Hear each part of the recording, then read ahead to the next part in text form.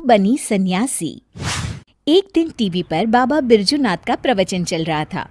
सरला बड़े गौर से बाबा जी की बातें सुन रही थी।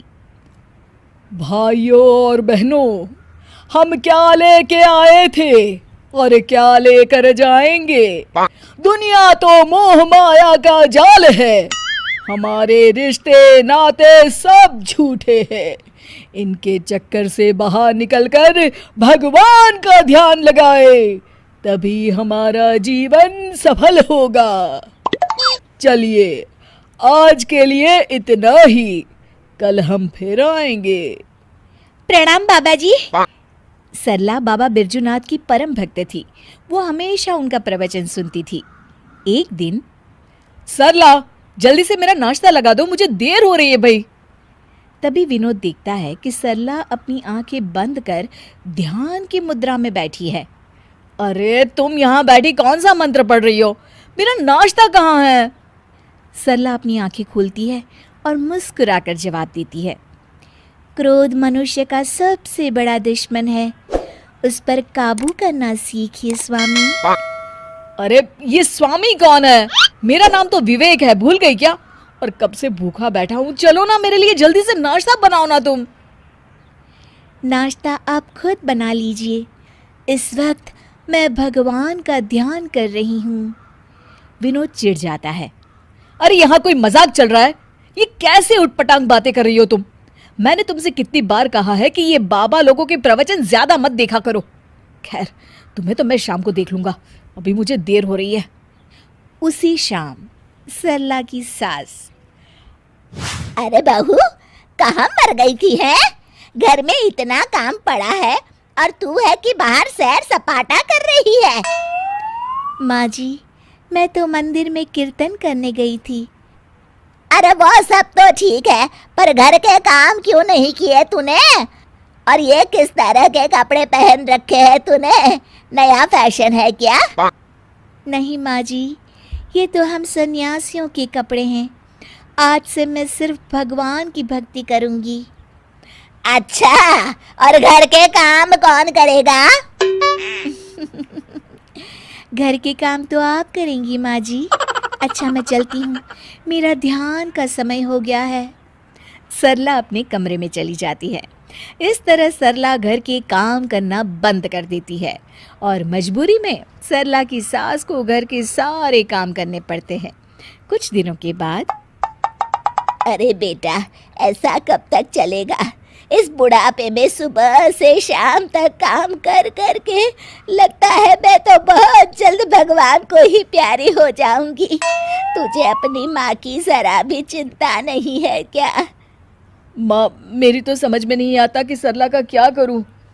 एक बात बोलूं बेटा, जब से बहू सन्यासी बनी है तब से कुछ ज्यादा ही पेटू हो गई है। सारा दिन खाने का ऑर्डर देती रहती है। तभी दरवाजे पर सरला की सहेली कोमल आती है। नमस्ते माँ जी, सरला घर पर है क्या? हाँ, है अपने कमरे में। थोड़ी देर के बाद सरला अपने कमरे से आवाज देती है, माँ जी, 2 कप चाय ले आइएगा और साथ में कुछ नाश्ता भी। अरे जरा दम तो लेने दे महारानी। कुछ कहा क्या माँ जी? अरे कुछ नहीं बहू, आती हूँ चाय नाश्ता लेकर अभी। सरला की सास जैसे ही नाश्ता लेकर कमरे की तरफ जाती है कि दोनों के जोर जोर से हंसने की आवाज सुनाई देती है। सरला की सास वहीं रुककर दोनों की बातें सुनने लगती है। मान गए तुझे सरला, आखिर तू शर्त जीत गई। इतने दिनों से तूने अपनी सास को क्या बेवकूफ बना के रखा है और इस घर में मजे कर रही है। अरे वो बुढ़िया आधी बेवकूफ तो पहले से थी, मैंने अब उसे पूरी बेवकूफ बना दिया। अच्छा, तो ये बात है। ठहर जा बहू, अब तू देख ये बेवकूफ बुढ़िया क्या करती है। सरला की सास अपने बेटे विवेक को सारी बात बता देती है। अगले दिन, क्या हुआ माँ जी, ये सूटकेस लेकर आप लोग कहाँ जा रहे हैं? और आज आप दोनों ने मेरी तरह सन्यासियों वाले कपड़े क्यों पहन रखे हैं? बहू, आज से हम दोनों भी तेरी तरह सन्यासी बन गए हैं, इसीलिए मैंने फैसला किया है कि हम ये घर बेचकर हिमालय चले जाएंगे भगवान की तपस्या करने। हैं? लेकिन माँ जी, आप ये घर कैसे बेच सकती है? मेरा मतलब आपके हिमालय जाने के बाद मैं कहाँ रहूंगी?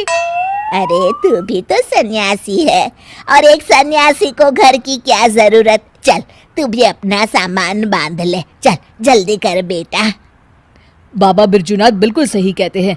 ये घर बार रुपए पैसे सब मोह माया है, इसलिए तो मैंने आज से अपनी नौकरी भी छोड़ दी है। अरे वो बिरजू बाबा पागल है, उसकी सुन के आप दोनों ने इतना बड़ा कदम उठा लिया। क्या कहा बहू तूने? अपने सामने कोई और रास्ता न देख वो सच कबूल कर लेती है। मुझे माफ कर दीजिए माँ जी, मैं आज तक नाटक कर रही थी। अरे तो हम कौन सा सच में सन्यासी बन गए, हम भी तो नाटक कर रहे थे। माँ ने बिल्कुल सही कहा।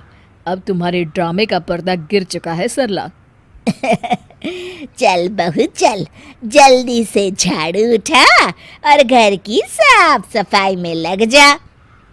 उसके बाद खाना बनाने की तैयारी भी तो करनी है ना तुझे। हाँ हाँ जी माँ जी।